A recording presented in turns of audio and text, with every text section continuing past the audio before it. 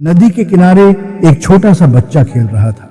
वह अपने खिलौनों के साथ मस्ती में मग्न था और उसकी हंसी नदी के किनारे गूंज रही थी। खेलते खेलते वह नदी के पानी में चला गया। पानी की ठंडक उसे बहुत भा रही थी और वह खुशी से उछल कूद करने लगा। पानी ठंडा था और बच्चे को अच्छा लग रहा था। वह पानी में अपने हाथों से छींटे मारते हुए हंस रहा था, मानो उसे दुनिया की कोई फिक्र ही न हो। अचानक बच्चे का पैर फिसल गया। वह संतुलन खो बैठा और पानी में गिर गया। घबराहट में उसने चिल्लाया, बचाओ बचाओ। उसकी आवाज में डर साफ झलक रहा था, लेकिन उसकी आवाज किसी ने नहीं सुनी। नदी के किनारे सन्नाटा पसरा हुआ था और कोई भी उसकी मदद के लिए नहीं आया। महात्मा ने बच्चे की चीखें सुनी। वे नदी के किनारे ध्यान में लीन थे और बच्चे की आवाज ने उनका ध्यान भंग किया, लेकिन उन्होंने अपनी तपस्या नहीं छोड़ी। वे अपनी साधना में इतने गहरे थे कि उन्होंने बच्चे की मदद के लिए उठने का विचार भी नहीं किया। वे सोच रहे थे, भगवान सब देख रहे हैं, वे जरूर उसकी रक्षा करेंगे। उनके मन में यह विश्वास था कि ईश्वर हर किसी की रक्षा करते हैं। पानी का बहाव तेज था। बच्चा डूबने लगा।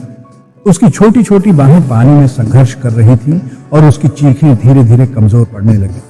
नदी का बहाव उसे दूर ले जा रहा था और उसकी मदद के लिए कोई नहीं था। संत ज्ञानेश्वर ने देखा कि बच्चा डूब रहा है। वे तुरंत दौड़े। उन्होंने नदी में छलांग लगा दी। संत ज्ञानेश्वर तैरकर बच्चे के पास पहुंचे। उन्होंने उसे कसकर पकड़ लिया, उसे सुरक्षित किनारे पर ले आए। बच्चा डर गया था। संत ज्ञानेश्वर ने उसे प्यार से समझाया, उसे शांत कराया। संत ज्ञानेश्वर ने बच्चे को उसके घर पहुंचाया। संत ज्ञानेश्वर वापस महात्मा के पास आए। उन्होंने पूछा, आपने उस बच्चे को डूबते हुए क्यों नहीं बचाया?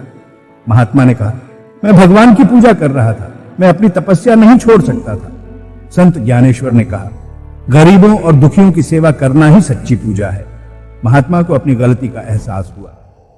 संत ज्ञानेश्वर ने कहा, भगवान हमारे दिल में रहते हैं।